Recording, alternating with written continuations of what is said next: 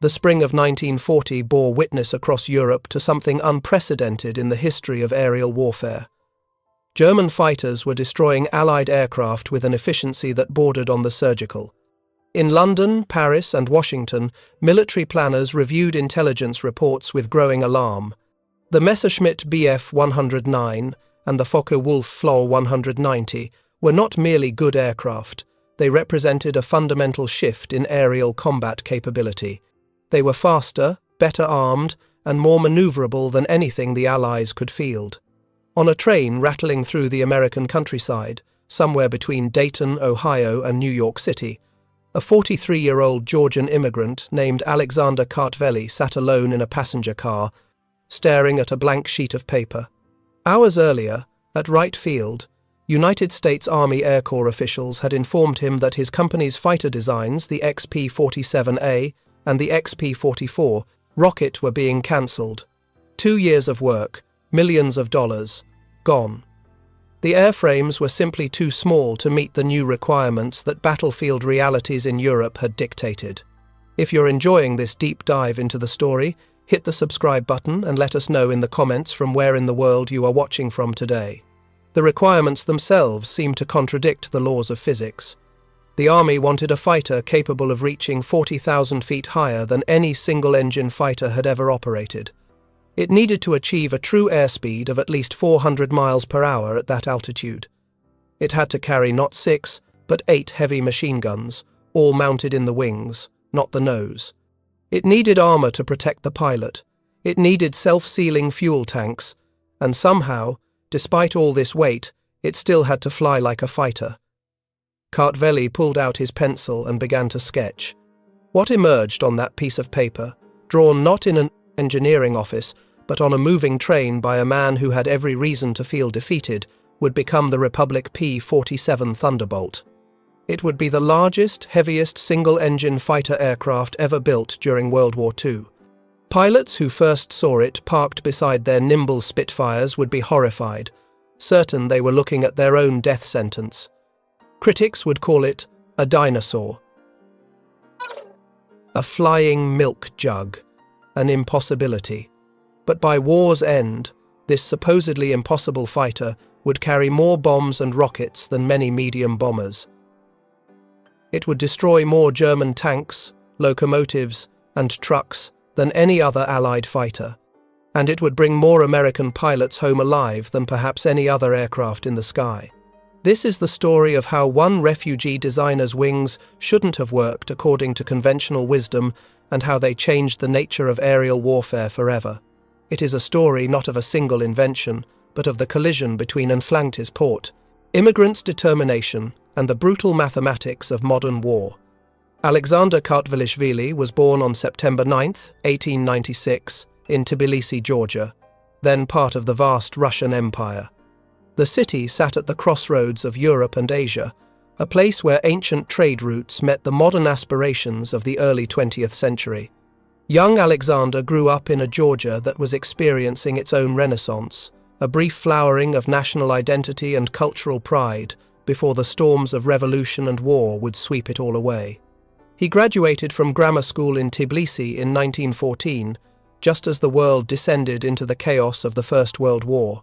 Kartveli served as an artillerist during that conflict, witnessing firsthand the transformation of warfare from cavalry charges to industrialized slaughter. He was wounded, though the details of that injury would remain classified for decades, buried in the security protocols that would later surround his work in America. But artillery was not his passion. Even as shells arced across muddy battlefields, Kartveli dreamed of aircraft. The nascent field of aviation captured his imagination in a way that few things could. These were machines that defied gravity itself, that promised to make the world simultaneously larger and smaller.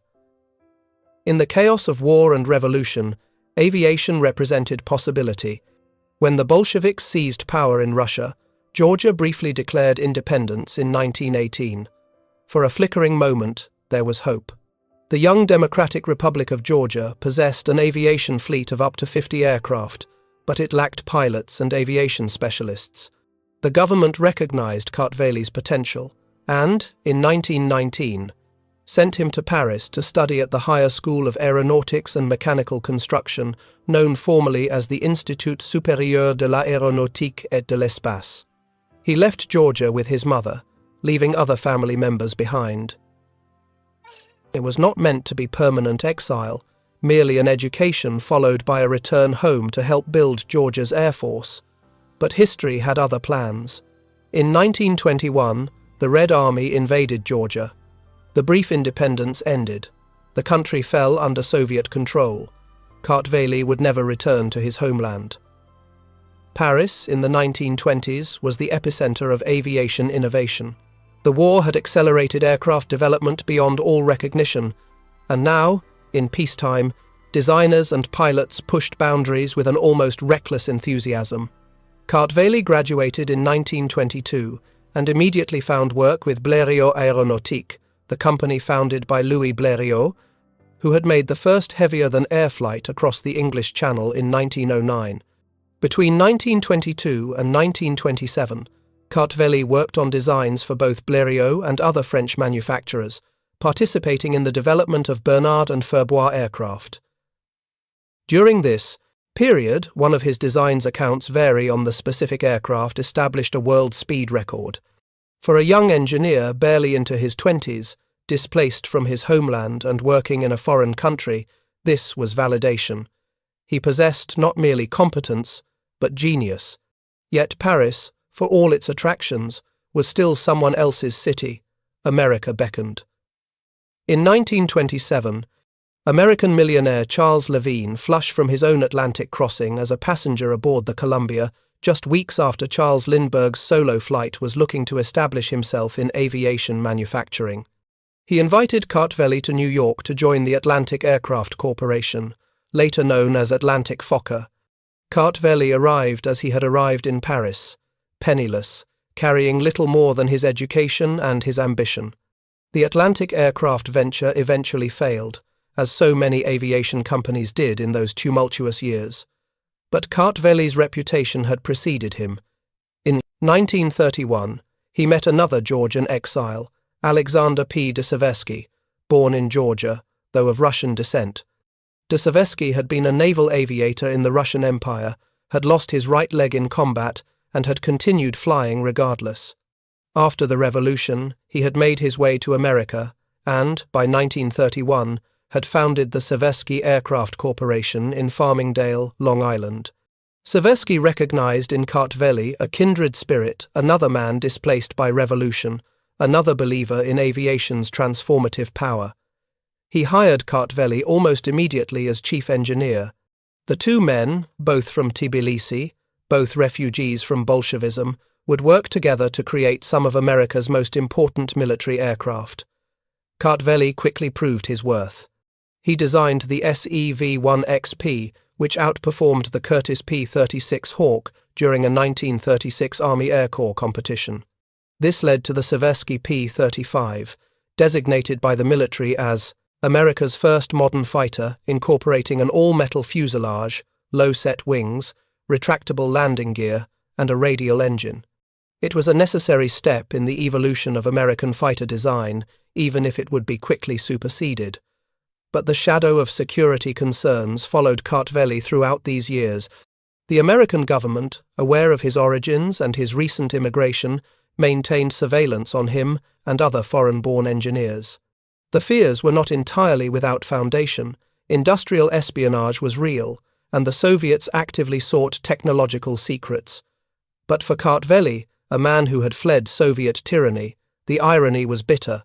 He had escaped one surveillance state only to find himself watched by another, albeit for different reasons. The details of his work remained classified. His name rarely appeared in public. When Time magazine profiled him briefly in March of 1942, they wrote, "In the great group effort of aviation design, many a man who has put new craft in the air has escaped public attention. One such is 45-year-old designer Kartveli. He would remain in the shadows for decades, designing weapons to defeat the very totalitarianism he had fled. By 1939, Seversky had lost control of his own company. Financial troubles and management disputes led to a reorganization. The company was reborn as Republic Aviation Corporation, with Kartveli remaining as chief engineer and vice president. De Seversky was out. Kartveli stayed. He had work to do.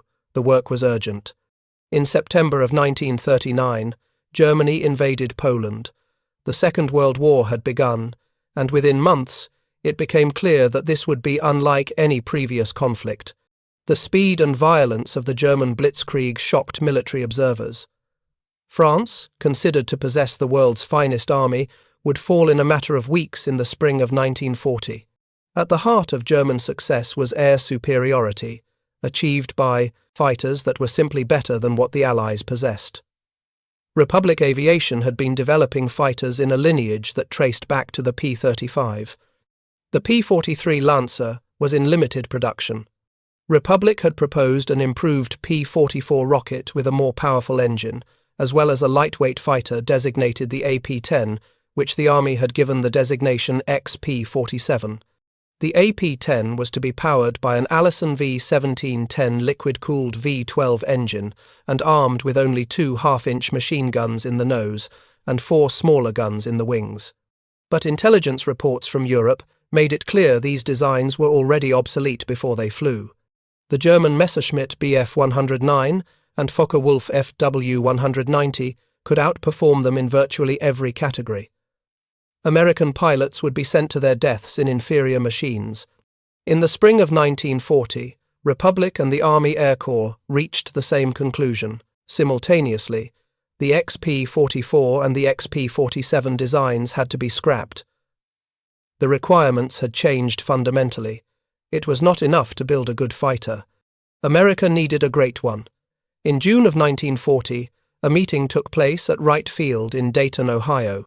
Present were military officials including General Karl Spaatz and Colonel Benjamin Kelsey, along with Republic executives including C. Hart Miller, Vice President of Sales, and Alexander Kartveli, Vice President of Engineering. The attendees began describing the specifications that would be needed for a fighter aircraft for the war that everyone tacitly agreed was coming to America sooner or later.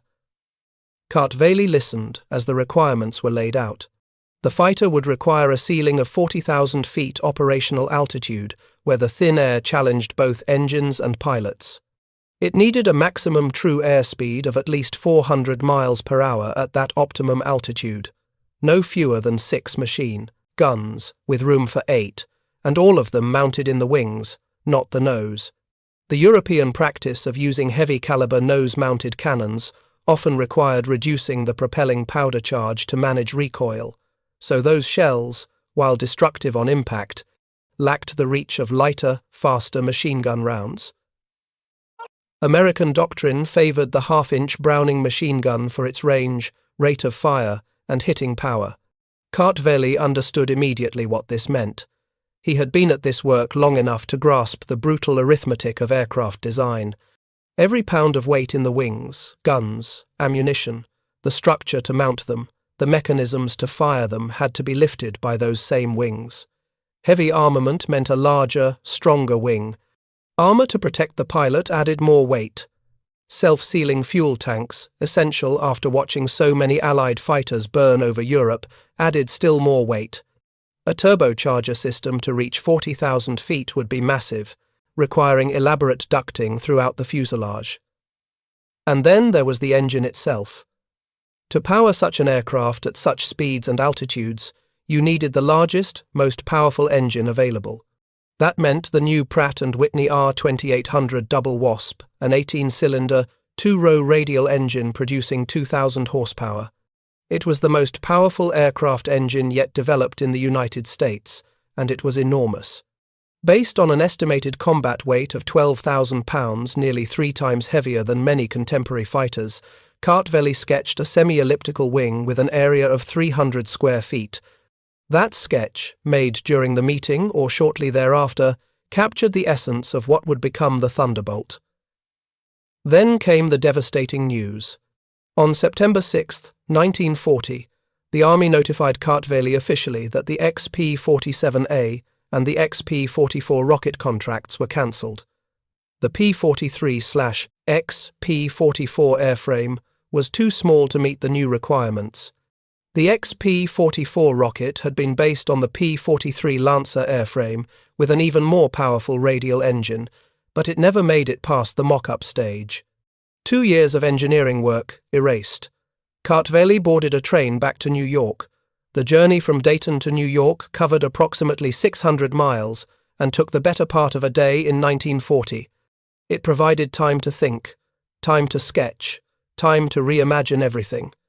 According to the historical record, during that return journey, Kartveli took a sheet of paper and drew a completely new design. The new aircraft, he determined, would be built to break the back of the German Luftwaffe. He would not try to match German fighters with incremental improvements. He would create something entirely different. The design philosophy was radical. Kartveli decided that the turbocharger air duct system, the elaborate network of pipes that would route exhaust gases from the engine in the nose back to the turbocharger in the tail, then route the compressed air back forward to the engine would be designed first. Then the rest of the aircraft would be built around that ducting. This was backwards from normal aircraft design, where the airframe came first and systems were fitted into available space. But Kartveli understood that the turbocharger system was non-negotiable. It had to work perfectly, with smooth airflow and minimal turbulence, or the entire aircraft would fail to meet its high-altitude performance requirements. The wing he sketched featured a semi-elliptical planform, a graceful shape that provided excellent aerodynamic efficiency while offering sufficient internal volume for fuel, guns, ammunition, and landing gear. The airfoil section would be a custom design, later designated as Republics 3, optimized for the specific requirements of this massive fighter. When Kartveli arrived back in Farmingdale and presented his concept to his engineering team, there must have been skepticism. What he was proposing was not an evolution of previous designs, but a revolution. It would be the largest single-engine fighter anyone had attempted to build. It would be powered by an engine so large it required a 4-bladed propeller, 12 feet in diameter, a propeller so massive that conventional landing gear would be impossible. But Republic Aviation submitted the design proposal to the U.S. Army Air Corps on June 12, 1940, barely weeks after that train journey. On September 6th, the same day the old contracts were cancelled, the new prototype was ordered. A week later, on September 13th, the Army ordered 161 production P-47Bs and 602 P-47Cs, even before the prototype had flown. The contract was for $56,499,924, an astronomical sum for aircraft that existed only on paper. This leap of faith was possible only because the war situation was so desperate. France had fallen in June. The Battle of Britain was raging that very September as the Luftwaffe attempted to destroy the Royal Air Force as a prelude to invasion. America was still neutral, but military planners understood that neutrality was temporary. They needed fighters, and they needed them soon, even if those fighters were as yet unbuilt and unproven. The company named the new fighter Thunderbolt, a name suggested by C. Hart Miller, director of the Military Contracts Division of Republic Aviation. It evoked power, violence, the overwhelming force of nature. It was an appropriate name for what Kartveli had designed. The challenge now was to make it real. The Republic's 3 airfoil was a critical innovation, though one rarely discussed in popular accounts of the P-47. An airfoil is the cross-sectional shape of a wing, and it determines how air flows over and under that wing, creating lift. Different missions require different airfoils. A high-altitude interceptor needs an airfoil that performs well in thin air. A ground attack aircraft needs one that generates lift at low altitudes and slow speeds. The P-47 would eventually have to do both. Kartveli's team developed an airfoil that balanced these competing demands. The resulting wing had a straight leading edge that was slightly swept back, transitioning into the semi-elliptical shape at the tips. This provided good high-speed characteristics while maintaining adequate low-speed handling. The wing area of 300 square feet was enormous for a single-engine fighter. Compare this to the Supermarine Spitfire's 242 square feet, or the Messerschmitt Bf 109's 174 square feet. But that large wing was necessary to lift the weight Kartveli knew his design would carry. The empty weight of the XP-47B would be 9,900 pounds, 65% heavier than the earlier P-43. At maximum combat weight, fully loaded with fuel, ammunition, and external stores, a P-47 could exceed 16,000 pounds, reaching 8 tons in some configurations. The engine installation presented its own challenges. The Pratt & Whitney R2800 Double Wasp was a masterpiece of engineering, 18 cylinders arranged in 2 rows, producing 2,000 horsepower from a displacement of 2,804 cubic inches. But harnessing that power required solving multiple problems simultaneously. First was the propeller. A conventional 3-bladed propeller could not efficiently utilize 2,000 horsepower. The solution was a 4-bladed Curtiss electric constant-speed propeller, 146 inches 12 feet, 2 inches in diameter. This massive propeller could absorb the engine's power and convert it into thrust, but it created its own problem: ground clearance. If Republic used a conventional landing gear tall enough to provide clearance for that 12-foot propeller, the landing gear attachment points would have to be so far outboard on the wing that there would be no room for the guns and ammunition the Army required. The landing gear struts would consume the very wing space Kartveli needed for armament. The solution was mechanically ingenious and, in 1940, unprecedented. Kartveli designed a telescoping landing gear system. Each main landing gear strut was fitted with a mechanism that allowed it to extend 9 inches as it deployed. When retracted, the landing gear was 9 inches shorter than when extended. This seemingly small innovation solved a critical problem. The gear could attach close to the fuselage, leaving wing space for armament, while still providing sufficient propeller clearance when extended for landing. The armament installation itself was a marvel of packaging. 8 Browning AN/M2 machine guns, each firing half-inch caliber rounds, were mounted 4 per wing. The guns were staggered in position to allow feeding from side-by-side ammunition boxes, each containing 350 rounds. This totaled 2,800 rounds of ammunition, approximately 17 seconds of sustained fire. All 8 guns firing simultaneously produced a combined rate of fire around 100 rounds per second, nearly 11 pounds of projectiles per second at muzzle velocity. The recoil forces from firing all 8 guns simultaneously were substantial. The wing structure had to absorb these loads repeatedly without failing, while also handling the aerodynamic stresses of high-speed flight, the weight of fuel and external stores, and the impact loads of combat damage. Kartveli's team designed a wing that could do all this, though it required careful engineering and extensive structural reinforcement. Fuel capacity was another critical consideration. The Army specifications called for range sufficient to escort bombers deep into enemy territory.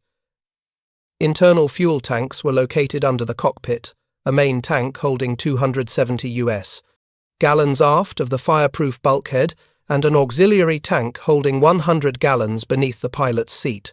These tanks were self-sealing, meaning they incorporated layers of rubber that would swell when exposed to fuel, automatically closing small punctures from enemy fire. This technology, developed in response to watching too many early war fighters burn after single bullet strikes, added weight but saved countless lives. 370 gallons of internal fuel was substantial, but Kartveli knew it would not be enough. From the beginning, he incorporated provisions for external fuel tanks, drop tanks that could be jettisoned when empty or when entering combat. The P-47C2 introduced a centerline hardpoint capable of carrying either a 500-pound bomb or a P-200-gallon fuel tank. Later versions would add wing-mounted hardpoints, allowing the fighter to carry drop tanks under both wings, as well as the fuselage centerline. The turbocharger system was perhaps the most unconventional aspect of the design. Turbocharging using exhaust gases to spin a turbine that drives a compressor, forcing more air into the engine, was the key to high-altitude performance. At 40,000 feet, the air is so thin that a normally aspirated engine produces only a fraction of its sea-level power. A properly designed turbocharger system could maintain near sea-level power output even at extreme altitudes. But implementing this system in a fighter aircraft was extraordinarily difficult. The turbocharger itself was massive and had to be located in the rear fuselage, near the tail. Exhaust gases from the engine in the nose had to be ducted backward through two large pipes running along each side of the cockpit. These pipes glowed cherry red during operation. The turbines spun at tremendous speeds, and the compressed air then had to be routed forward again through intercoolers to reduce its temperature before entering the engine. The entire lower fuselage of the P-47 was essentially devoted to this ducting system. Kartveli designed the ducts first, ensuring smooth airflow with minimal turbulence, then built the fuselage around them. This backward approach to design was vindicated by the results. The turbocharger system worked remarkably well and proved durable and resistant to battle damage. The cockpit was unusually spacious for a fighter. One pilot later described the seat as being like a lounge chair. This was partly because the large fuselage, necessitated by the turbocharger ducting, provided more internal volume than a typical fighter. But it was also intentional design. A comfortable pilot is a more effective pilot, especially on long missions at extreme altitudes. The cockpit was air-conditioned, a rarity in 1941, to keep the pilot functional in the thin, cold air at 40,000 feet. Visibility was initially adequate but not exceptional, limited by the original framed canopy that hinged upward. Later production versions would incorporate a bubble canopy that greatly improved the pilot's ability to see behind and to the sides, critical in aerial combat, where most kills came from attacks the victim never saw coming. The XP-47B prototype bore serial number 40-3051. It represented 8 months of frantic engineering work, from contract award in September of 1940 to first flight in May of 1941. This was an almost impossibly compressed timeline for designing, engineering, and building an entirely new aircraft, especially one as large and complex as the Thunderbolt. Test pilot Lowry Lawson Brabham was selected to make the first flight. On May 6, 1941, Brabham climbed into the cockpit at Republic's factory airfield in Farmingdale, Long Island. The prototype was not scheduled to fly that day. This was meant to be a high-speed taxi test, but Brabham apparently decided that the aircraft felt ready. He advanced the throttle, the massive R-2800 engine roared to life, and the XP-47B lifted into the air. Immediately, problems became apparent. Oil in the exhaust duct system began to smoke, filling the cockpit with acrid fumes. The prototype had no radio, so Brabham could not communicate with ground crew. For several minutes, as the smoke thickened, he seriously considered bailing out, abandoning the prototype on its first flight. But the aircraft was flying well despite the smoke, and Mitchell Field, a proper military airfield with a longer paved runway, was only a short distance away. Brabham elected to continue. He flew the smoking prototype to Mitchell Field and landed successfully. Upon climbing out of the cockpit, oil-stained and coughing, he reportedly told the assembled engineers and military officials, "We've hit the jackpot." It was a characteristically optimistic assessment, and one that would prove prescient.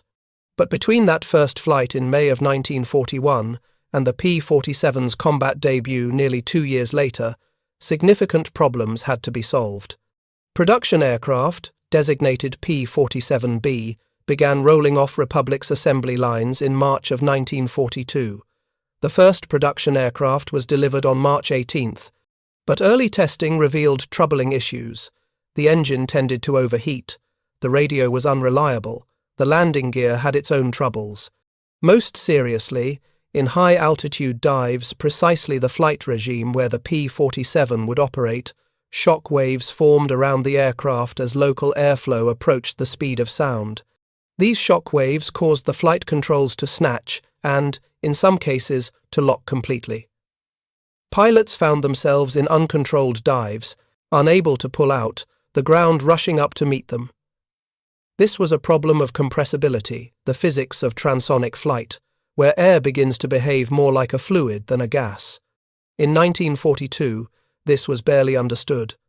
Chuck Yeager would not break the sound barrier until 1947, and much of what would become transonic aerodynamics was still theoretical. Kartveli's team had to solve these problems through trial and error, testing, modification, more testing. They added dive brakes. They modified control surfaces. They adjusted the wing's aerodynamic characteristics. Gradually, solutions emerged. The overheating was addressed with improved cooling flaps around the engine cowling. The radio problems were solved with better shielding and component reliability. The landing gear was strengthened and refined. The compressibility issues proved more stubborn, but pilots learned techniques to avoid or escape from high-speed dives, and later aircraft incorporated aerodynamic refinements that reduced the problem, though never entirely eliminated it. By April of 1943, the P-47 was finally ready for combat operations. The first operational mission with the 8th Air Force was flown on April 8, 1943. American pilots, many of whom had transitioned from smaller, lighter fighters, were about to encounter something remarkable. The P-47's performance in actual combat bore little resemblance to its performance on paper. The reception among combat pilots was initially skeptical, bordering on hostile. In January of 1943, General Frank Hunter, commander of the 8th Fighter Command, visited Royal Air Force Debden to announce that squadrons would be re-equipping with the P-47. When a Thunderbolt landed and taxied up beside the Spitfires the pilots currently flew, the reaction was immediate disbelief. The P-47 was enormous. Its wingtip stood higher than a Spitfire's cockpit. The Thunderbolt weighed 7 tons at combat weight, more than twice a Spitfire's weight. One pilot later wrote, "We were horrified at the thought of going to war in such a machine. We had enough trouble with the Focke-Wulf 190 in our nimble Spitfire Mark Vs. Now this lumbering 7-ton monster seemed infinitely worse, a true air inferiority fighter. If you find this story engaging, please take a moment to subscribe and enable notifications. It helps us continue producing in-depth content like this." The pilots nicknamed it the Jug Short, either for juggernaut, reflecting its massive size and power, or because its bulky fuselage resembled a milk jug in silhouette. Neither interpretation was meant as a compliment. These men would soon be flying this aircraft against the Luftwaffe's best, and many were convinced they were looking at their own coffins. But combat would tell a different story. The P-47's first missions over Europe were high altitude, escort duties and fighter sweeps. Almost immediately, pilots discovered capabilities that statistics and specifications had not revealed. The Thunderbolt could outdive anything in the sky, German, British, or American. When a P-47 pilot pushed the nose down and opened the throttle, no enemy fighter could follow. This provided a decisive escape method when combat turned against you, a way to break off engagement and live to fight another day. At low and medium altitudes, the Thunderbolt could not match the rate of climb or maneuverability of German fighters. A dogfight against a Messerschmitt or Focke-Wulf at 10,000 feet, where both aircraft could turn inside the heavier American fighter, was a losing proposition. But above 20,000 feet, and especially above 30,000 feet, where the turbocharger system delivered its full advantage, the P-47 was supreme. The thin air that starved other engines barely affected the double Wasp with its turbocharger, feeding it compressed air. At 40,000 feet, a P-47 could outrun, outclimb, and outfight anything the Luftwaffe could send against it. Pilots also discovered something else. The P-47 could absorb damage that would destroy other fighters. The radial engine, with its cylinders arranged in a circle around the crankshaft, could lose several cylinders to enemy fire and keep running. Liquid-cooled engines, by contrast, would seize within minutes if a single bullet punctured the cooling system. The structural strength built into the wings and fuselage to handle the recoil of 8 machine guns meant the airframe could withstand tremendous punishment. The armor protecting the pilot, the self-sealing fuel tanks, the sheer mass of the aircraft all contributed to survivability.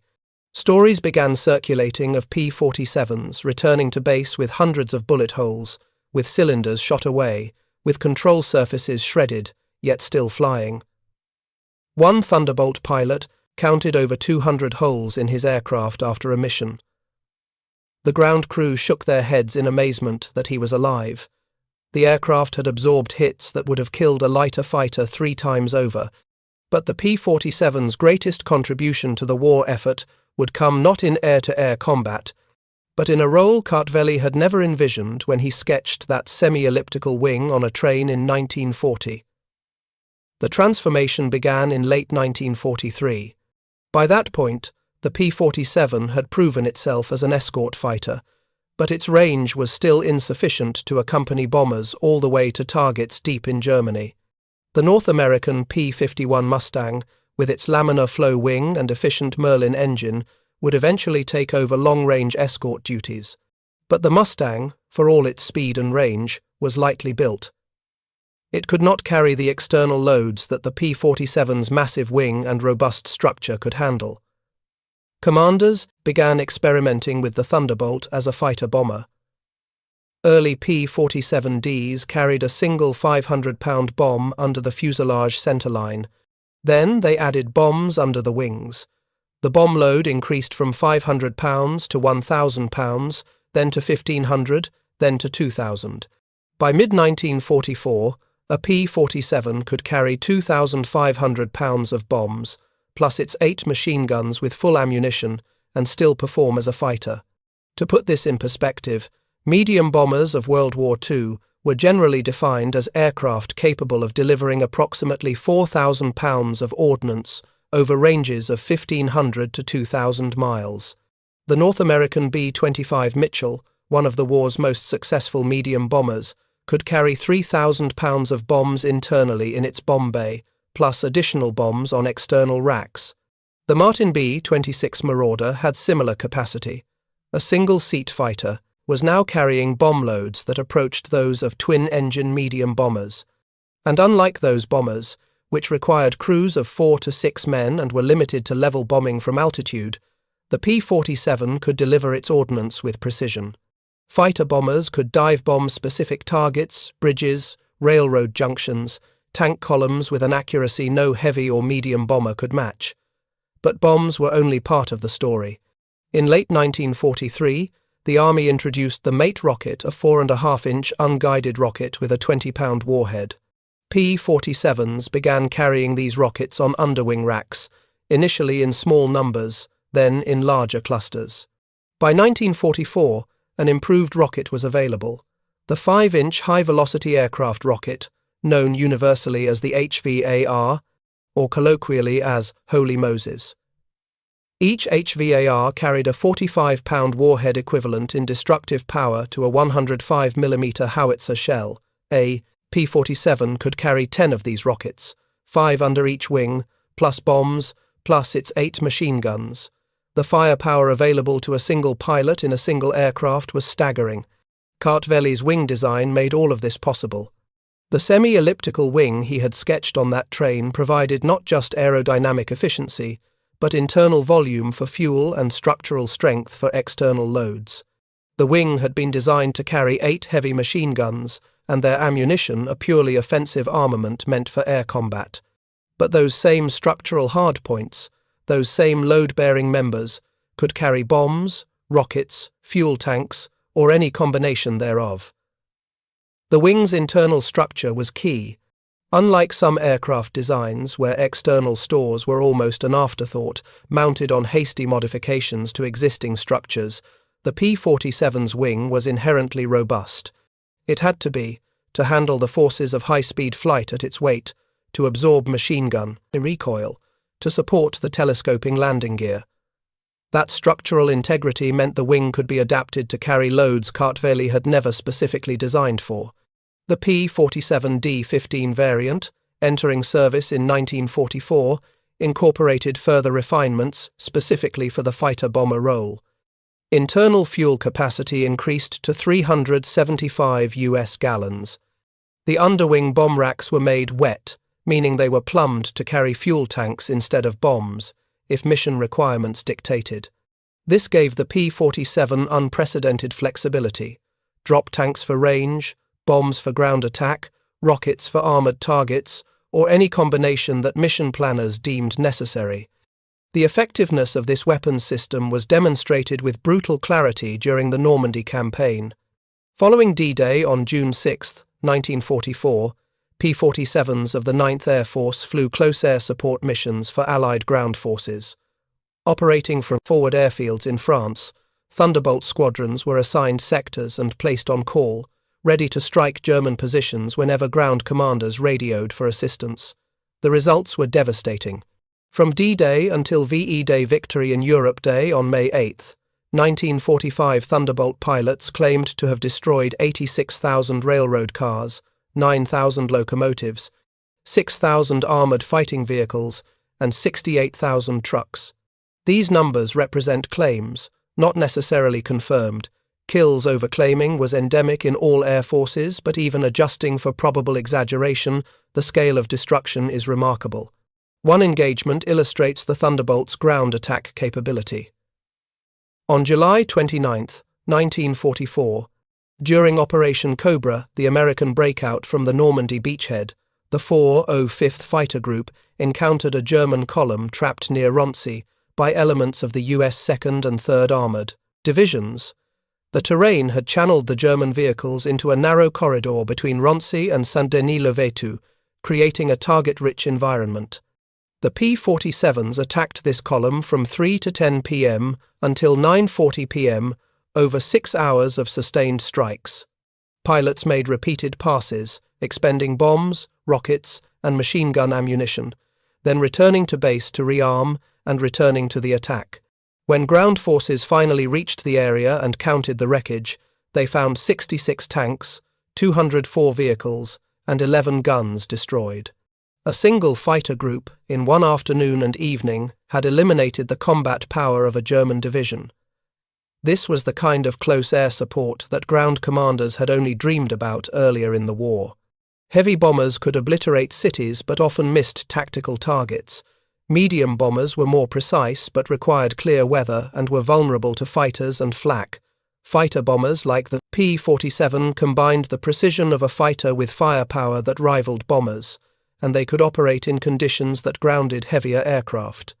The Royal Air Force, receiving 240 P-47Ds, designated Thunderbolt Mark I, and 590 P-47D-25s, designated Thunderbolt Mark II, adapted them specifically for ground attack. With no need for another high-altitude fighter, the Spitfire served that role adequately. The RAF deployed their Thunderbolts against Japanese forces in Burma beginning in 1944. Operating from bases in India, 16 RAF squadrons flew Thunderbolts in support of ground operations against the Japanese. They operated as cab ranks aircraft circling above the battlefield, waiting to be called in when ground forces encountered enemy positions. They attacked Japanese airfields and lines of communication. They flew escort missions. Armed with 3 500-pound bombs, or British RP-3, rockets 60-pound projectiles designed for attacking tanks and ships, they proved devastating during the Japanese breakout attempt at the Sitang Bend in the final months of the war. Long-range fuel tanks gave RAF Thunderbolts 5 hours of endurance sufficient to fly deep into Japanese-held territory, conduct attacks, and return safely. The combination of range, payload, and survivability made the P-47 ideal for the Burma theatre, where aircraft operated far from support facilities over some of the world's most unforgiving terrain. But even as the P-47 dominated in Europe and Asia, Kartveli and his team were developing the ultimate expression of the Thunderbolt concept. The P-47N, entering service in 1945, was designed specifically to escort Boeing B-29 Superfortress bombers attacking the Japanese home islands from bases in the Mariana Islands, and later, Iwo Jima. The challenge was range. The distance from Iwo Jima to Tokyo was approximately 750 miles one way, 1,500 miles round trip, not counting combat maneuvering or allowance for navigation errors and headwinds. No existing single-engine fighter could escort bombers over such distances, fight enemy interceptors, and return safely. Kartveli's solution was to redesign the wing. The P-47N featured a completely new wing with squared-off tips rather than the elliptical tips of earlier versions. This new wing had a slightly greater span, 42 feet, 7 inches compared to 40 feet, 9 inches, and incorporated two 50-gallon fuel tanks built directly into the wing structure. These were not drop tanks, but integral fuel cells, sealed into the wing itself. Combined with increased fuselage fuel capacity and external drop tanks, the P-47N could carry a total of nearly 1,000 gallons of fuel. This gave it a range exceeding 1,000 miles, sufficient for the Iwo Jima to Tokyo mission with SIR-WA in reserves. The squared-off wingtips also improved roll rate, making the aircraft more responsive in combat. The P-47N entered production in late 1944 and early 1945. 1,816 were built before production ended. The very last Thunderbolt rolled off Republic's production line in October of 1945, just weeks after Japan's surrender. Thousands more had been on order, but with the war's end, contracts were cancelled. Total production of all P-47 variants reached 15,683 aircraft, more than any other American fighter of World War II. This total exceeded the North American P-51 Mustang's production run and dwarfed most other Allied fighter types. The scale of production reflected not just military demand, but confidence in the basic soundness of Kartveli's design. At war's end, the cost to produce a single P-47 had dropped to $83,000, roughly $1.4 million in current dollars, adjusted for inflation. This represented remarkable economies of scale, given that the first prototypes had cost many times that amount. Republic Aviation had perfected mass production techniques, training thousands of workers to build these complex machines with precision and speed. But the true measure of the P-47's success was not production numbers or cost figures. It was in the numbers of pilots who came home alive. The Thunderbolt's loss rate per mission was among the lowest of any Allied fighter operating over Europe or the Pacific. Exact figures vary depending on theatre and time period, but most analyses place the P-47's loss rate at approximately 1 aircraft per 200 sorties in the European theatre, a rate significantly lower than lighter, more manoeuvrable fighters operating in the same conditions.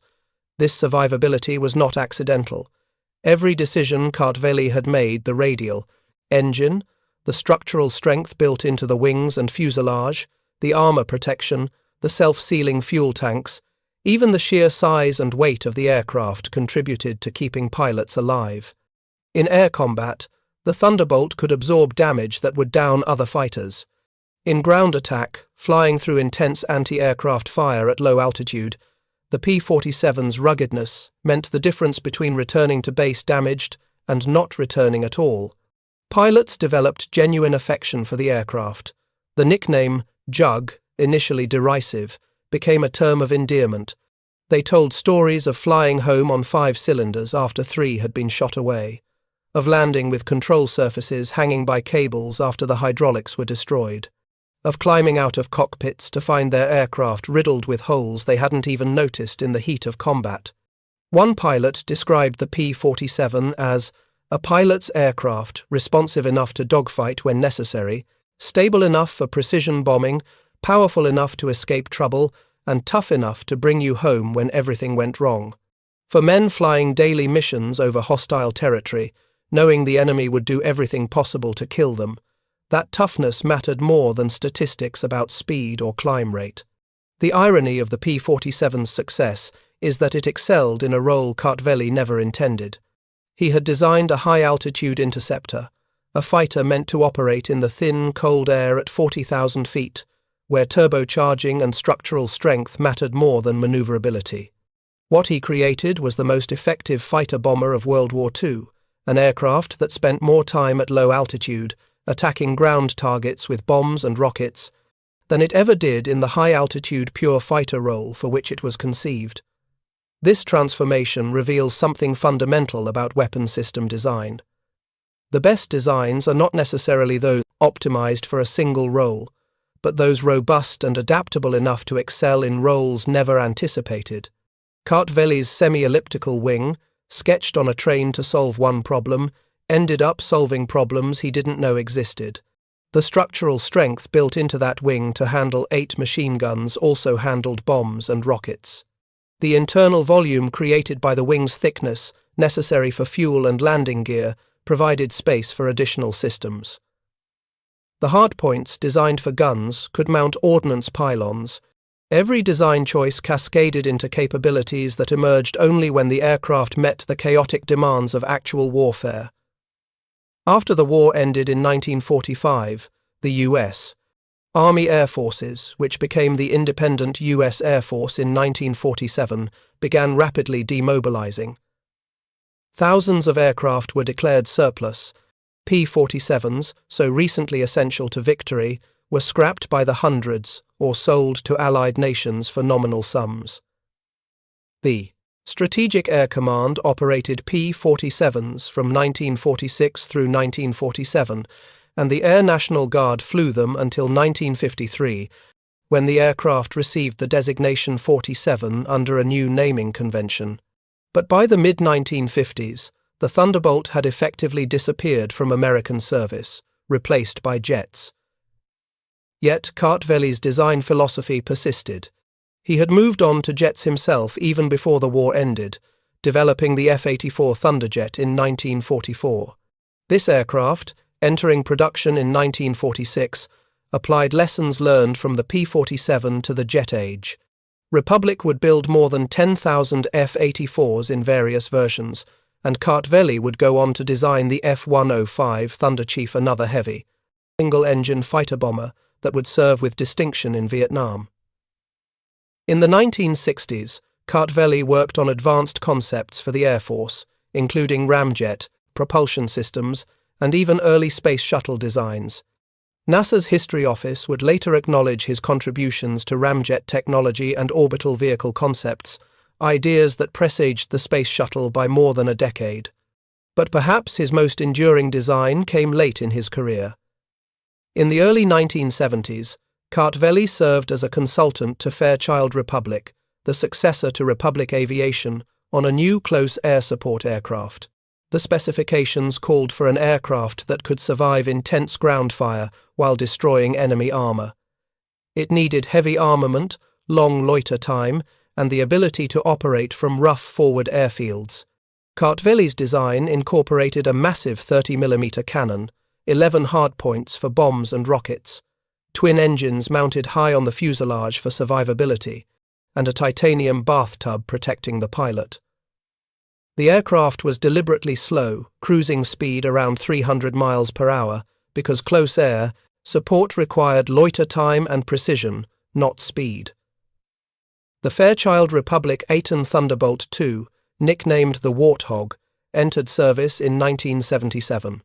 Alexander Kartveli died on June 20, 1974, 3 years before the Aten became operational. He never saw his final design in combat. But the Aten would prove even more durable than the P-47, serving continuously from 1977 to the present day, nearly 50 years of service and counting. As of this recording, the Aten remains the U.S. Air Force's primary close air support aircraft, beloved by ground troops for the same reasons. Soldiers in World War II appreciated the P-47. It shows up, it destroys the enemy, and it brings the pilot home. The through line connecting the P-47, the F-84, the F-105, and the Aten is not any single technological innovation. It is a design philosophy. Build them strong, arm them heavily, and prioritize, bringing the pilot home. This philosophy came from a man who understood survival, who had fled revolution, built a new life in exile, and spent decades designing aircraft to defeat the totalitarianism he had escaped. For Alexander Kartveli, aircraft design was never merely an engineering problem, it was personal. Every fighter he designed would be flown by someone's son, someone's brother, someone's father. The structural strength he built into his aircraft, the armor protecting the cockpit, the redundant systems that kept damaged aircraft flying, these were not abstractions but moral imperatives. In interviews late in his life, Kartveli spoke about aviation's future with the same enthusiasm he had brought to his work in the 1920s. It is possible with reasonable advancement of our knowledge to go beyond the Moon to Venus and Mars, he told a reporter, provided we retain enthusiasm, enterprise, and daring. These were the qualities that had carried him from Tbilisi to Paris to New York, from refugee to chief engineer, from a sketch on a train to 15,000 aircraft that helped win a world war. The contrast between Kartveli's personal story and his professional accomplishments illuminates something essential about the Second World War and the 20th century more broadly. The war was fought not just by armies and navies, but by ideas and innovations. The side that mobilized talent most effectively, that gave refuge to exiled engineers and scientists, that channeled their creativity into practical weapons, that side possessed an advantage as decisive as any battle. America's military-industrial complex in World War II was built substantially by immigrants and children of immigrants. Men like Kartveli, fleeing tyranny in Europe, found in America not just refuge but opportunity to contribute. The P-47 Thunderbolt, arguably the quintessential American fighter of the war, was designed by a Georgian who had arrived penniless 13 years before its first flight.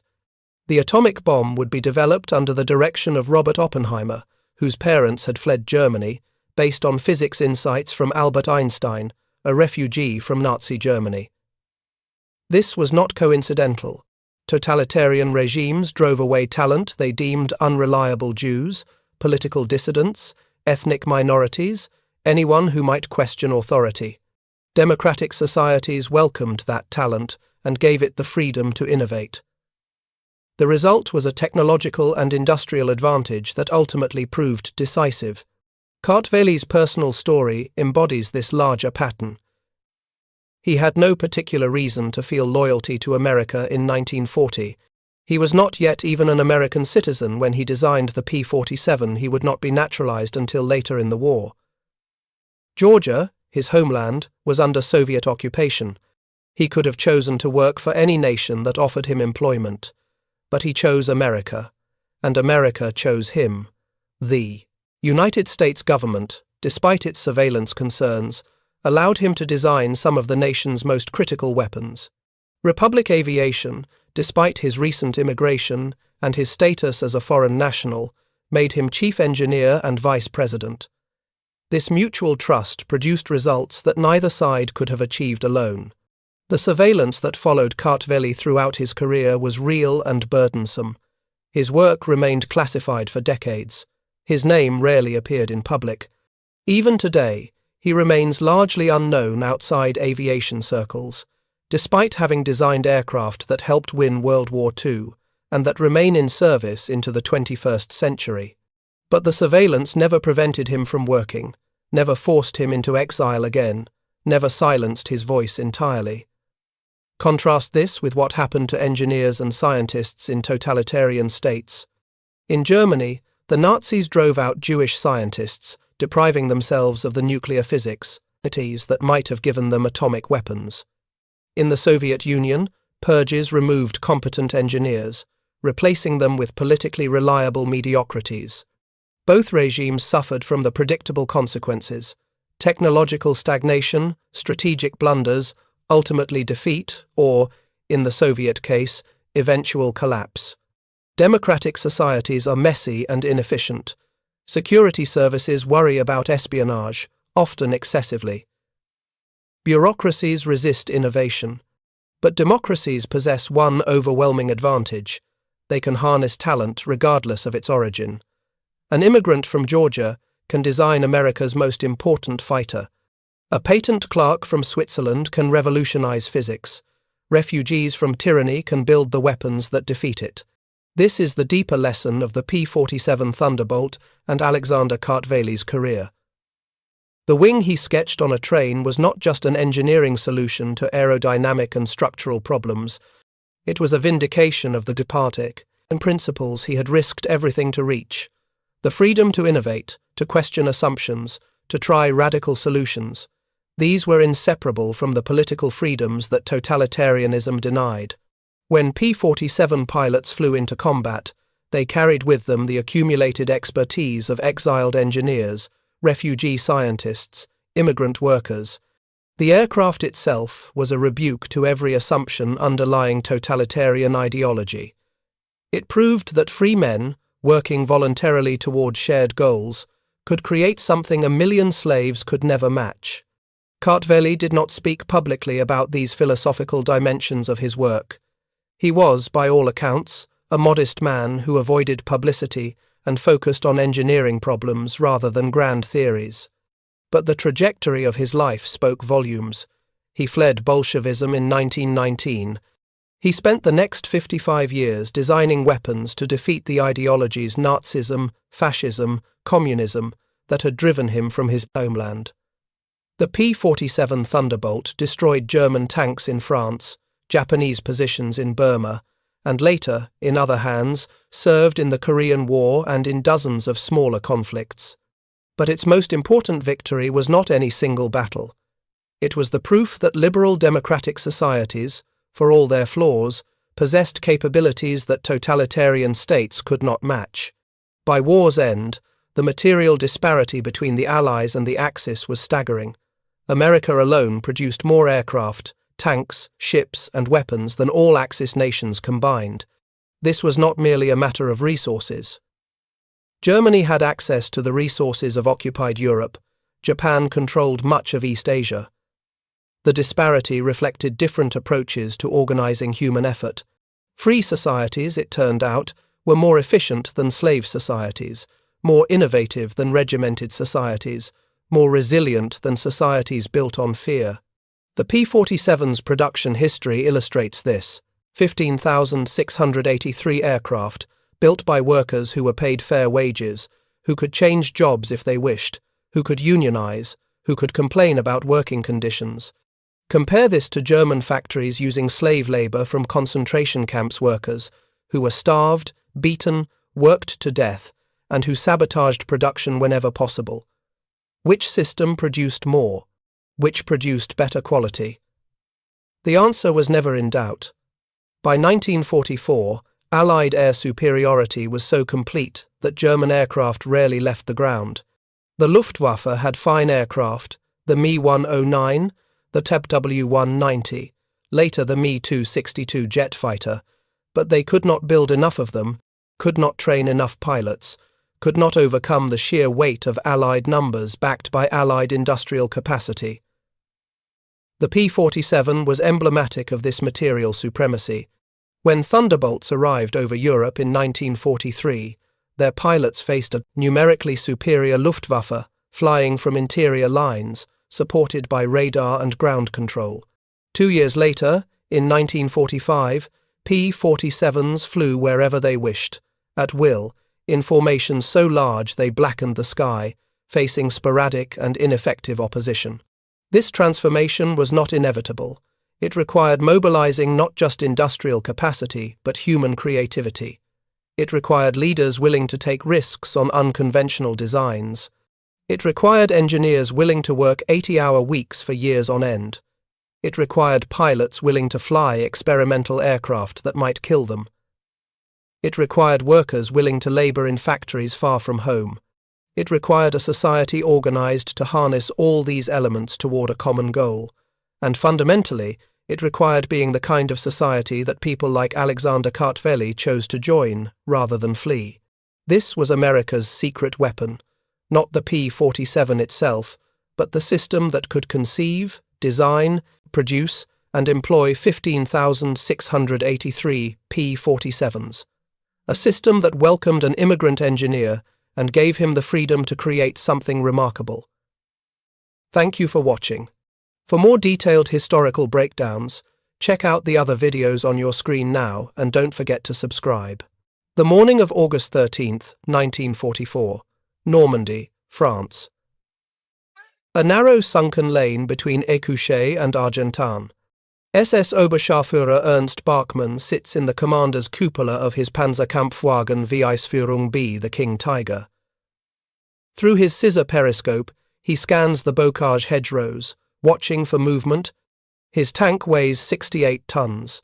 The frontal glacis plate beneath his boots is 150 mm of face-hardened steel, sloped at 50 degrees. Effective thickness, over 200 mm. According to the technical manual issued by Waffenamt Proefwesen 6 in March of 1944, this armour is theoretically immune to penetration by any Allied anti-tank weapon at combat ranges. Bachmann has commanded tanks since 1942. He survived Kursk, where Tiger crews learned they could absorb punishment that would annihilate any other armoured vehicle. He has internalized a simple equation: German engineering superiority plus superior armour thickness equals survival. This is not propaganda. This is mathematics, verified at the Kummersdorf Proving Grounds outside Berlin. 3 American M4 Sherman tanks appear at the crossroads ahead. Range, approximately 300 meters. The lead Sherman mounts the newer 76 mm gun, a weapon Bachmann knows can penetrate roughly 100 mm of vertical armor at this distance. His frontal armor, sloped and hardened, presents an effective barrier nearly twice that thickness. He is safe. The doctrine says so. The testing says so. 2 years of combat experience says so. The Sherman's gun barrel swings toward him. If you're enjoying this deep dive into the story, hit the subscribe button and let us know in the comments from where in the world you are watching from today. Inside the Sherman, Sergeant Lafayette G. Poole orders his loader to chamber a round marked with an unusual silver-colored penetrator tip. The loader, Corporal Del Boyce, had never fired this ammunition before. They received 3 rounds yesterday with instructions to use them only against the heaviest German armor, only at ranges under 800 meters. The round is designated T4 HVAP hypervelocity armor piercing. Poole knows nothing about the tungsten carbide core inside, or the aluminum sabot that will fall away after leaving the barrel. He knows only what the ordnance officer told him. This round is different. The Sherman fires. The HVAP projectile exits the barrel at 1,200 meters per second, 50% faster than standard armor-piercing ammunition. The sabot separates in flight. The tungsten core, smaller in diameter but denser and faster than a conventional 76 mm projectile, strikes the King Tiger's lower glacis at the junction point where the frontal armor meets the hull floor, one of the few locations where effective thickness drops slightly below 200 mm due to geometric constraints. The projectile penetrates. Ernst Bachmann does not immediately understand what has happened. There is a sound, sharp, metallic, final, then fire. His radio operator screams.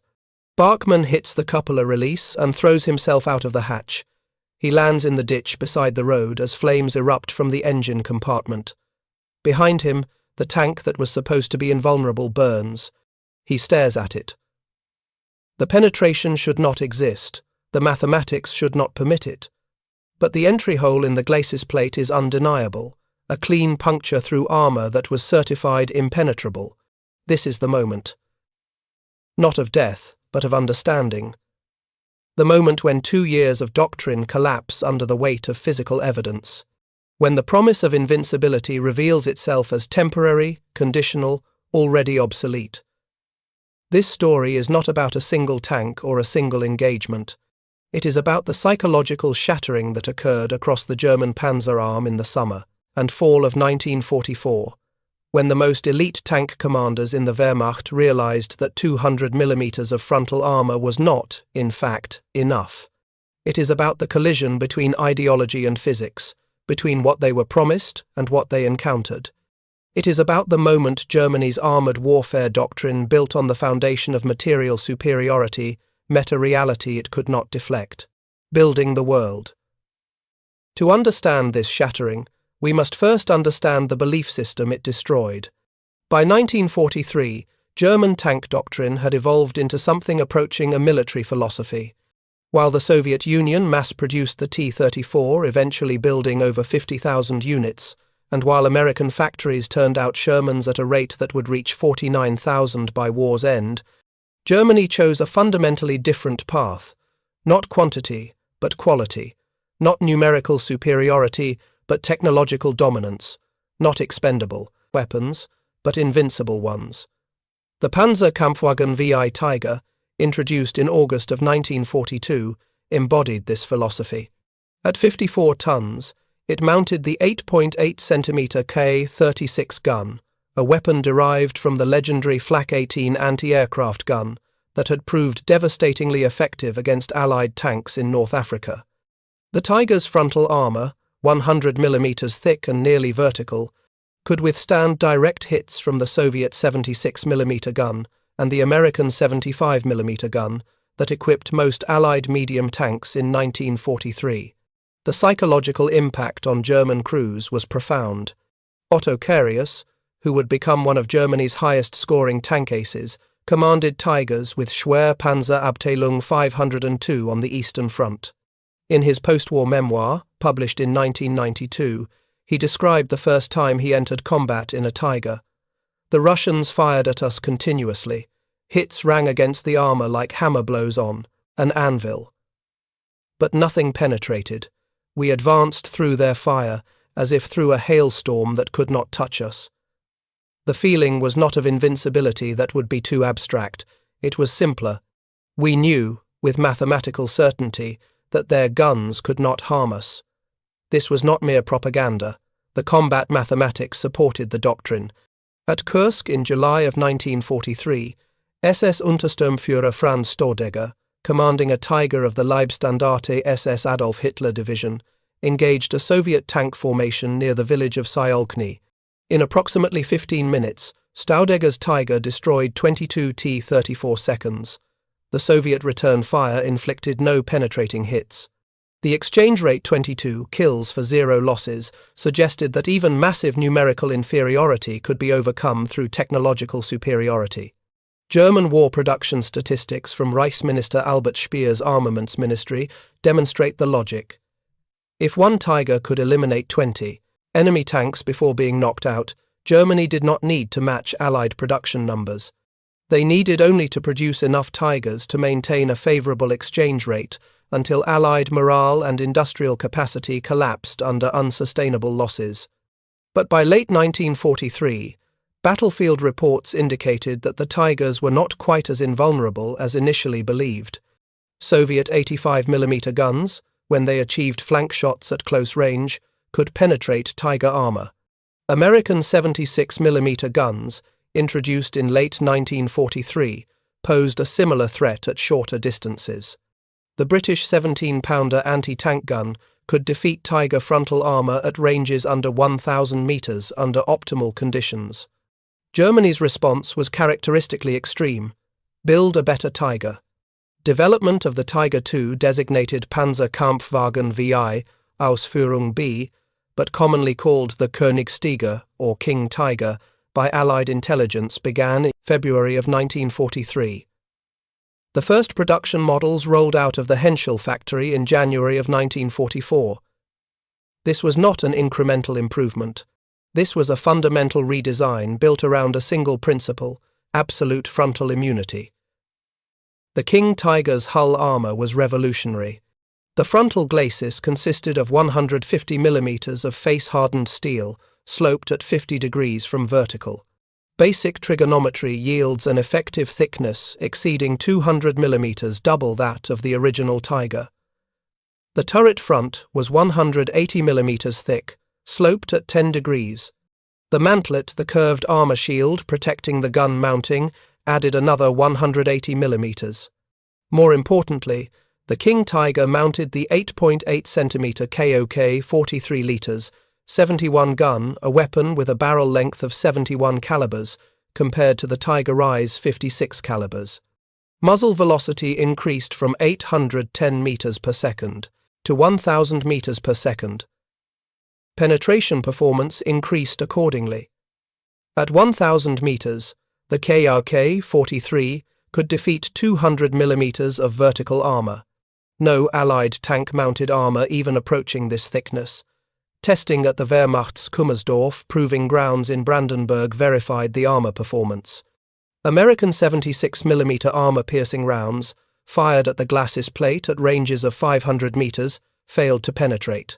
The projectiles either shattered against the face-hardened surface or deflected off the slope. British 17-pounder armor-piercing shot tested at 300 meters, similarly failed. Soviet 85mm rounds produced identical results. The technical report, dated March 5, 1944, concluded, the PZ, KPFW, VI OSF. B presents frontal armor immunity against all currently fielded Allied anti-tank weapons at combat ranges exceeding 200 meters. Crews may engage enemy armor at maximum range with confidence that return fire poses minimal penetration threat to frontal aspects. This conclusion was incorporated into tactical doctrine. The King Tiger Crew Manual, Tiger Fibel II, issued to crews in April of 1944, instructed commanders to engage enemy armor at long range and to advance under fire when necessary, confident in their frontal protection. Unlike the Sherman, which doctrine instructed to avoid frontal duels and seek flanking positions, the King Tiger was designed to win frontal engagements through superior armor and firepower. SS Hauptsturmführer Heinz von Westenhagen, who assumed command of Schwer SS Panzerabteilung 501 inches May of 1944, later recalled the briefing when his battalion received its first King Tigers. The weapons officer from division explained the armor scheme in detail. He showed us the test results from Kummersdorf. He told us explicitly, "You are driving in a fortress. The American 76mm cannot penetrate your frontal armor at any combat range. The Russian 85mm cannot penetrate beyond 200 meters. You may advance with confidence." This was not propaganda. These were engineers presenting test data. The psychological impact was immense. To the German tank commanders who had survived the brutal attrition of the Eastern Front, the King Tiger represented more than tactical superiority. It represented a return to the confident offensive spirit of 1941 and 42, when German armor advanced seemingly unstoppable across Soviet territory. It promised an end to the grinding defensive warfare that had characterized 1943 and early 1944. But there were problems the armor could not solve. The King Tiger's weight created severe mechanical stress. The Maybach HL 230 P30 engine, a 12-cylinder gasoline power plant producing 700 horsepower, had been designed for the 45-ton Panther medium tank. Now it had to propel 68 tons. The power-to-weight ratio dropped to approximately 10 horsepower per ton, compared to 15 for the Sherman and 18 for the T-34. Maximum road speed was listed as 41 km per hour, but this was theoretical. Actual cross-country speed rarely exceeded 15 km per hour. The transmission suffered catastrophic failures with alarming frequency. The Maybach Olvar OG 401216B gearbox, originally specified for lighter vehicles, could not handle the torque loads. Oberleutnant Wilhelm Senger, whose company in Schwer Panzerabteilung 503 received 12 new King Tigers in May of 1944, recorded in his war diary. Of 12 machines delivered on May 24, only 7 successfully reached the railhead at Mayela Kamp. 2 suffered final drive failures within 5 kilometers. 3 experienced transmission problems before completing the road march. Our battalion entered combat at 58% strength before encountering the enemy. Fuel consumption was devastating. The King Tiger consumed approximately 1 liter of gasoline per kilometer on paved roads, more on rough terrain. The internal fuel capacity was 860 liters, giving a theoretical range of 170 kilometers on roads, but often less than 80 kilometers cross-country. By June of 1944, Germany's fuel situation had become critical. Allied bombing of synthetic fuel plants reduced production by 35%. Albert Speer's ministry reported in June that panzer divisions were receiving 30 to 40% of their authorized fuel allocations. These logistical realities created a cruel irony. The tank, designed for offensive breakthrough operations, could barely move. The weapon, meant to restore German tactical mobility, was bound to defensive positions by its own weight and fuel requirements. Yet, despite these limitations, when King Tigers first engaged Allied armor, in Normandy, the results seemed to validate every promise the engineers had made. The collision with reality begins Operation Goodwood. July 18, 1944. The British Second Army launched a massive armoured thrust toward Cayenne, attempting to break through German defences south of the city. 3 armoured divisions, the Guards Armoured Division, the 7th Armoured Division, and the 11th Armoured Division, committed over 300 tanks to the assault. Defending a key sector along the Bourguebus Ridge was Schwer SS Panzerabteilung 503. The unit had 12 operational King Tigers positioned in hull-down defensive positions overlooking the open ground south of Cagny. The British tanks advanced across relatively open terrain. The King Tigers opened fire at ranges exceeding 2,000 metres distances, where British 75mm and even some 17-pounder guns lacked sufficient accuracy and penetration. The German gunners, firing from prepared positions with clear fields of fire, achieved hit rates approaching 40% on the first volley. British Shermans and Cromwells exploded at ranges where they could not effectively return fire. When British tanks did manage to close the range and engage, their projectiles struck King Tiger frontal armour and deflected harmlessly. SS Unterscharführer Franz Joseph Strauss, a loader in King Tiger No. 214, later recalled. "It sounded like someone throwing stones at a steel door. We heard impacts constantly. The commander counted 11 hits in the first hour. None penetrated. We fired. They burned. They fired. Nothing happened. It was exactly as promised." By the end of the day, the King Tigers of Schwer SS Panzerabteilung 503 claimed over 40 confirmed kills. German losses: 0 King Tigers destroyed by enemy fire. But Strauss noted something troubling in the aftermath. Of 12 King Tigers that began the battle, only 9 remained operational by evening. The 3 non-operational vehicles had not been hit. 1 suffered a final drive failure. 1 experienced engine overheating and seized pistons. 1 ran out of ammunition. Each King Tiger carried only 84 rounds, and in the intensive firing, several tanks exhausted their combat load. Resupply did not arrive for 3 days due to Allied air interdiction of supply routes. The exchange rate appeared favourable. 40-plus Allied tanks destroyed for 0 German tank losses to enemy fire. But the King Tigers had effectively removed themselves from the battlefield through mechanical attrition and ammunition exhaustion almost as effectively as if they had been destroyed by enemy action. Still, the frontal armour had held. The doctrine remained valid. The promise of invincibility remained intact. Across the Atlantic Ocean, American ordnance officers were working frantically on a problem. The standard American 76mm M1 gun, mounted on later model Shermans, fired the M62, armor-piercing capped ballistic cap round. This projectile, weighing 7 kilograms, left the barrel at 790 meters per second. At 500 meters, it could penetrate approximately 100 millimeters of vertical homogeneous armor. Against sloped armor, penetration performance decreased significantly. Against the King Tiger's glacis, 150 millimeters sloped at 50 degrees, the M62 round was effectively useless at any combat range. The Americans could not quickly redesign the gun. They could not increase barrel length or chamber pressure without requiring a complete weapon system redesign that would take years, but they could change the ammunition. The solution emerged from basic physics.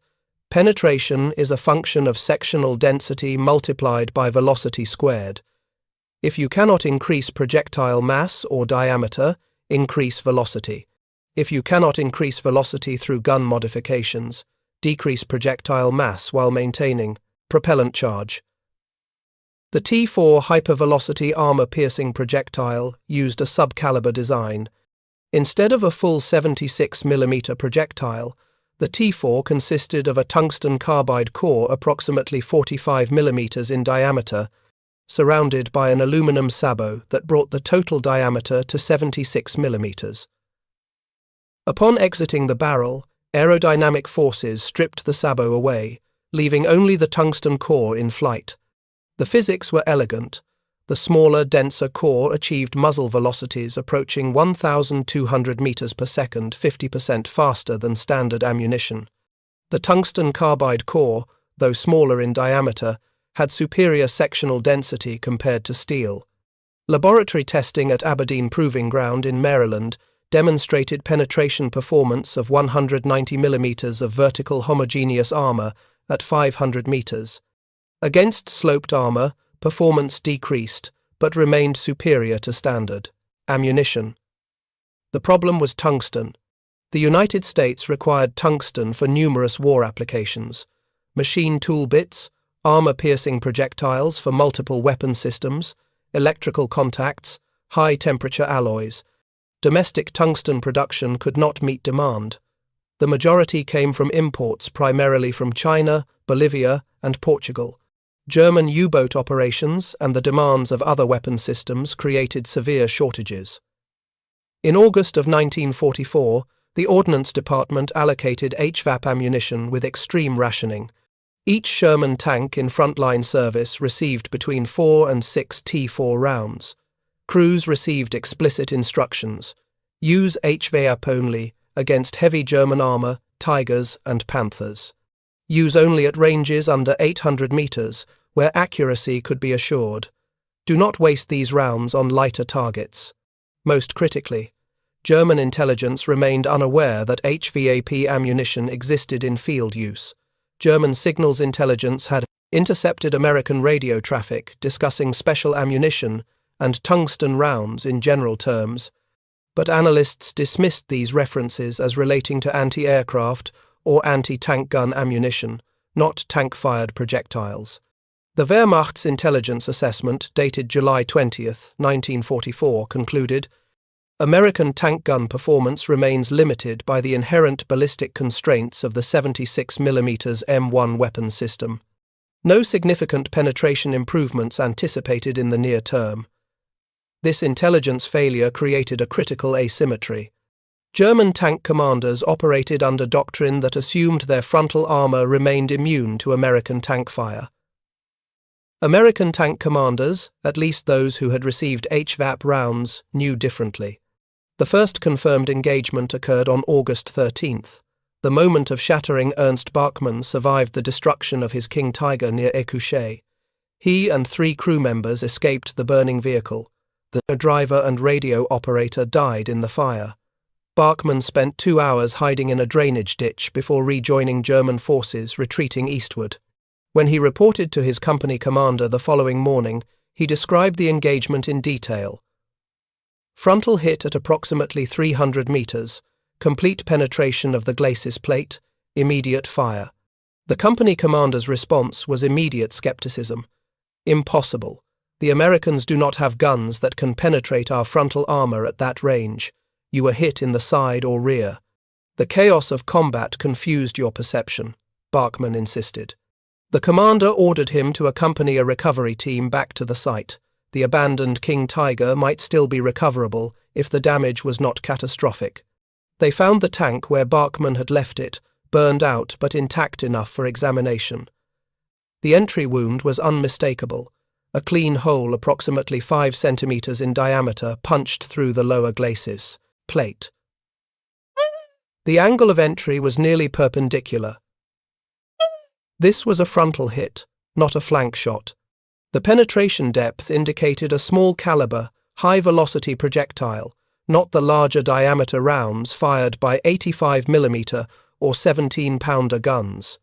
The recovery officer photographed the damage and filed a report with divisional headquarters. The report concluded, "Enemy has deployed ammunition with penetration characteristics exceeding previous intelligence estimates. Recommend immediate tactical assessment." Bachmann's case was not isolated. On August 16th, near Argentan, a King Tiger from 1st SS Panzer Division, Leibstandarte SS Adolf Hitler, was knocked out by frontal penetration at approximately 400 meters. The crew survived and reported the engagement immediately. Division intelligence officers initially attributed the loss to a mine strike or concealed anti-tank gun, but wreckage examination confirmed another frontal penetration through the glacis. August 19th. A King Tiger from Schwer Panzer Abteilung 503 destroyed near Chambois. Frontal penetration at close range. August 21st. Another loss from Schwer SS Panzerabteilung 101. Frontal armor defeated. The pattern was undeniable. SS Hauptsturmführer Heinz von Westernhagen, commanding Schwere SS Panzerabteilung 501, compiled incident reports from multiple units and submitted an urgent assessment to ISS Panzer Corps headquarters on August 23. Multiple confirmed instances of frontal armor penetration by enemy tank fire at ranges between 300 and 500 meters. Ammunition type unknown but demonstrates penetration performance, significantly exceeding previous American 76mm capabilities. All prior armor protection estimates must be considered invalid pending further intelligence. Request immediate guidance on tactical employment. The response arrived from OKW Oberkommando der Wehrmacht, the German Armed Forces High Command, on August 26. The message was brief and devastating in its dismissiveness. Reports of American tank-fired frontal penetrations assessed as resulting from crew error, misidentification of hit location, or confusion under combat stress. Kummersdorf testing confirms PZ, KPFW, VI OSF, B frontal immunity against all known American tank weapons. Units are directed to maintain current tactical doctrine. Commanders will ensure crews understand armor protection capabilities to prevent morale degradation based on inaccurate battlefield assessments. But the crews knew. The physical evidence was irrefutable. The penetration holes existed. The destroyed tanks existed. The dead crew members existed. What followed was not panic, but something more insidious, the erosion of certainty. Otto Carius, by late 1944, commanding a company of Jagdtigers with Schwer Panzerjäger Abteilung 512, wrote in his memoir about this period, "We began to hear the reports. Tigers destroyed frontally. King Tigers penetrated at ranges, where they should have been immune. At first, we dismissed them. Crew error, we thought. Flank shots misreported as frontal hits. But the reports kept coming. Eventually, you could not ignore the evidence. Something had changed. The Americans had developed something new, or we had miscalculated something fundamental. Either way, the promise was broken. 200mm was not enough. The invincibility we had been promised that we had experienced for 2 years was gone. The psychological impact manifested in tactical changes. German heavy tank doctrine in 1943 and early 1944 emphasized aggressive forward deployment. King Tigers were breakthrough weapons, meant to lead assaults, absorb enemy fire, and create gaps for lighter vehicles to exploit. The armor was the weapon as much as the gun. By September of 1944, this doctrine had reversed. A tactical directive from Schwer SS Panzer Abteilung 503, dated September 7th, instructed, King Tiger commanders will maintain hull-down defensive positions whenever tactically feasible. Frontal engagements at ranges below 800 meters will be avoided when possible. If ambushed at close range by enemy armor, commanders are instructed to reverse to cover rather than rely on frontal armor protection. Close-range frontal duels are no longer considered acceptable risk. This was a fundamental doctrinal reversal. The tank designed for offensive operations was now being employed as a static defensive emplacement. The weapon meant to break through enemy lines was now hiding behind terrain features. Commanders began positioning King Tigers with only the turret exposed, using terrain to protect the vulnerable glacis. They avoided advancing through confined terrain villages, forests, bocage country, where American tanks might ambush at close range. They requested infantry support more frequently, using foot soldiers to clear potential ambush positions before tanks advanced. These were the tactics of vulnerability, not invincibility, the material reality. But here lies the profound irony that German intelligence officers were beginning to understand by October of 1944. The HVAP ammunition that had shattered German confidence was already in critically short supply. American tungsten imports had declined sharply in mid-1944 due to shipping disruptions and increased demand from other industries. By September, HVAP production had decreased by nearly 60% from peak rates. The Ordnance Department prioritized HVAP allocation to anti-tank gun units rather than tank units. Many Sherman crews in October and November never received any HVAP rounds at all. A statistical analysis of American tank versus tank engagements in Northwest Europe between September and December of 1944, compiled by the USS Army's Operational Research Section, indicates that fewer than 8% of American tank kills against German heavy armor involved HVAP ammunition. The majority of Tiger and King Tiger losses continued to result from flank shots using standard ammunition, anti-tank gunfire, or most commonly abandonment due to mechanical failure or fuel shortage. But by the time German intelligence confirmed HVAP's scarcity, the psychological damage was complete. Panzer commanders had internalized a fundamental lesson: armor thickness has practical limits. German engineers understood this at a theoretical level. Dr. Karl Friedag, who worked at the Heereswaffenamt proving facilities, later stated in Allied interrogation, "By late 1944, we understood the mathematical constraints. Armor protection increases as a cubic function of thickness.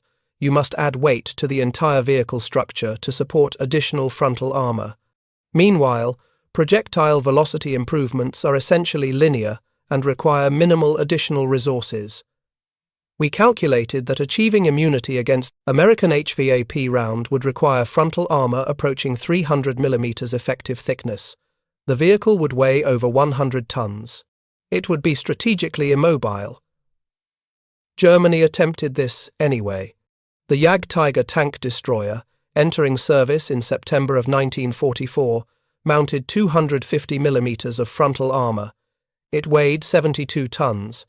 Maximum speed, 34 km per hour on roads, rarely achieved. Production total, 79 vehicles. The Panzerkampfwagen 8 Maus, a grimly ironic name, was even more extreme. 2 prototypes were completed in late 1944. Weight, 188 tons. Armor, 240 mm on the turret front. The Maus could not cross most bridges. Its ground pressure exceeded the bearing capacity of many road surfaces. It consumed fuel at such a rate that its operational radius was measured in dozens of kilometers. Neither prototype saw combat. Both were destroyed by their crews during the retreat in 1945 to prevent capture. These were not tanks. They were engineering statements, desperate attempts to restore the doctrine of invincibility through sheer mass. They proved only that the doctrine itself was obsolete. If you find this story engaging, please take a moment to subscribe and enable notifications. It helps us continue producing in-depth content like this. The deeper tragedy was this. While German engineers obsessed over armor thickness and gun penetration, they missed the actual reasons they were losing the armored warfare campaign. The United States did not win through superior tanks. American victory came through operational mobility, logistics, air superiority, and overwhelming numerical advantage. For every King Tiger Germany produced, America built 100 Shermans. Those Shermans came with dedicated tank recovery vehicles, the M32 that could retrieve damaged tanks under fire and return them to service within hours. They came with standardized spare parts manufactured at massive scale.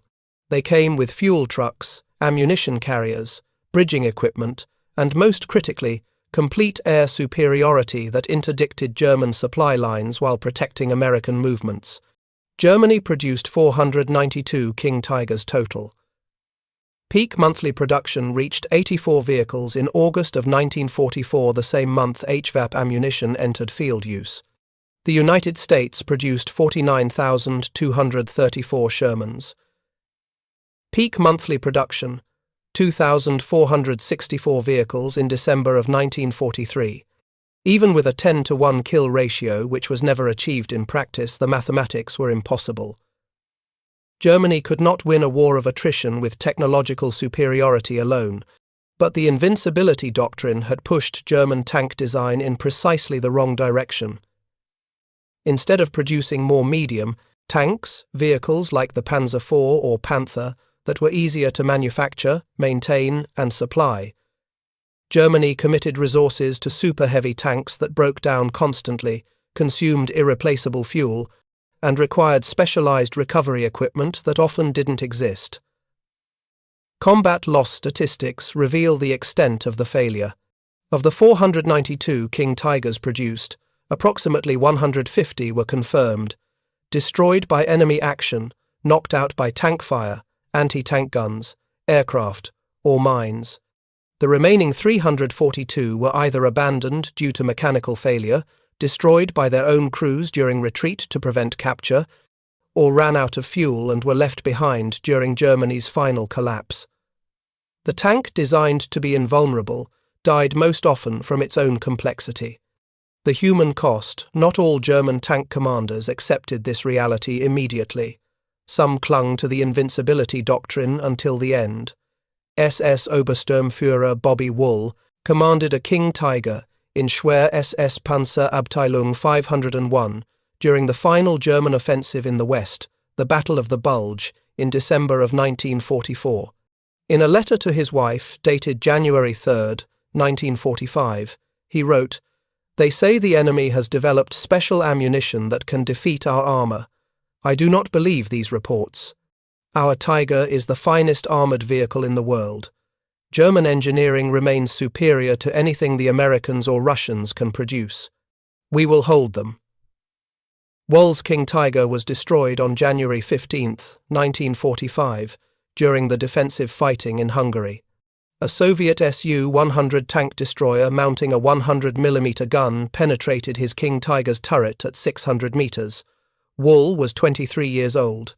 He died before learning that the gun that killed him wasn't firing exotic ammunition. It was simply a larger caliber weapon with higher velocity than the Soviets had fielded in 1943.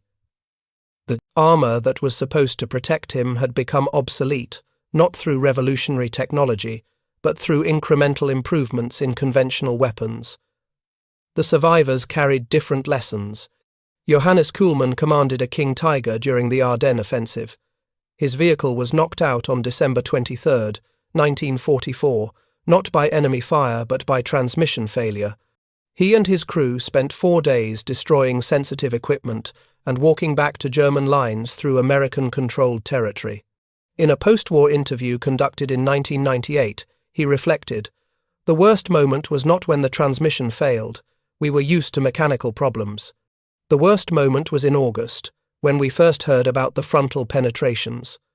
When I saw the photographs of the entry holes through glacis plates that were supposed to be invulnerable. That was when I understood. Everything they had told us, all the assurances, all the testing, all the tactical doctrine, it was built on temporary advantage, not permanent superiority. They told us we had 200 millimeters of protection. They didn't tell us that 200 millimeters would be enough only until it wasn't, that the enemy would adapt. That physics doesn't respect national boundaries or engineering pride. Otto Karius survived the war. He lived until 2015, long enough to give numerous interviews about his experiences. In a 2004 interview, at age 85, he said, "People ask me about the Tiger. They think I must have loved it. I tell them, I respected the Tiger. I understood its capabilities and limitations. But love? No. By 1944, every time I climbed into a heavy tank, I knew the armor was only protection until the enemy developed the counter. And they always developed the counter. The HVAP was just the first. Then came the Soviet 100mm guns. Then the British developed improved 17-pounder ammunition. The race never ended. We just ran out of resources to keep competing." The final accounting, by May of 1945, when Germany surrendered, the invincibility doctrine lay in ruins along with the Reich itself. American factories had already moved beyond HVAP.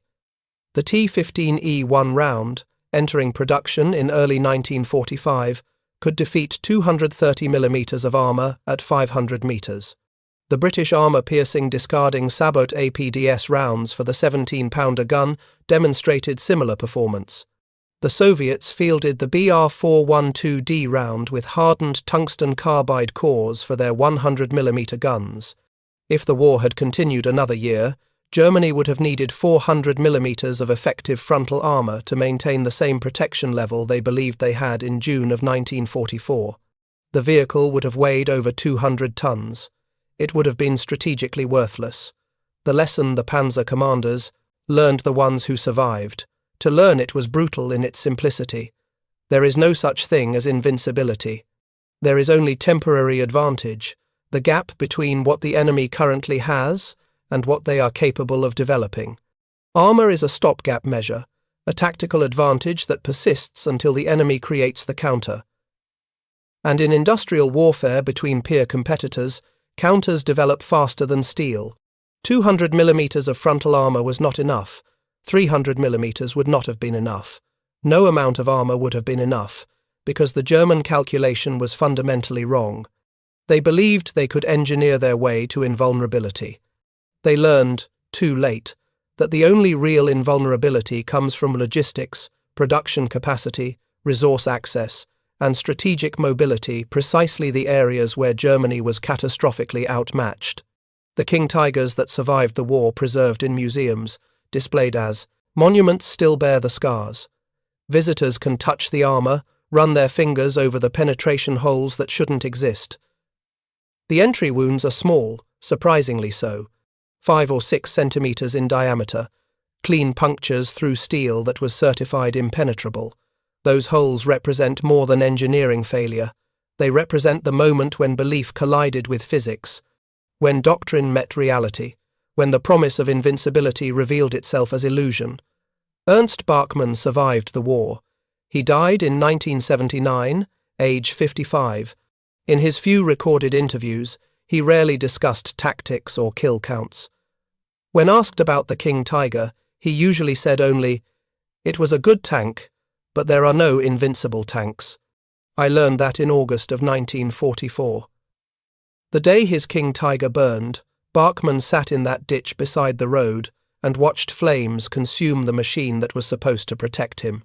He stared at the penetration hole, the impossible, puncture through armour that mathematics said should not exist, and he understood, perhaps before most of his comrades, that the war was already lost, not because of that one tank or that one engagement, but because the entire foundation of German armoured doctrine had been constructed on false assumptions about the permanence of technological advantage.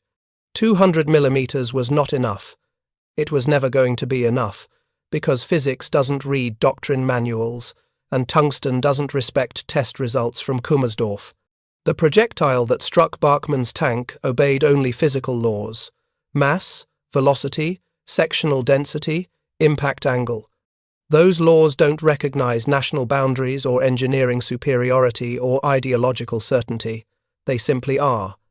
And on August 13, 1944, they wrote a new equation across the glacis plate of a King Tiger, an equation that said, "No armour is thick enough to stop the future." The German panzer commanders learned this. Lesson in fire and steel and penetrated armour. But the lesson remains, etched in those museum-preserved penetration holes, a permanent reminder that invincibility is always temporary, advantage is always conditional, and belief is no defense against physics. The King Tigers are gone now. 79 years since the first HVAP round punched through what was supposed to be impenetrable. The crews who died are long buried. The survivors are all dead now, the last of them gone within the past decade. But walk through those museum halls. Look at the King Tiger in the Bovington Tank Museum, the one at Fort Benning, the one at Kubinka outside Moscow. Stand before that sloped glacis plate, 150mm thick, angled at 50 degrees. 200mm of effective protection. Look for the penetration holes. They're there. Small, clean, impossible. And remember, it wasn't enough. Thank you for watching.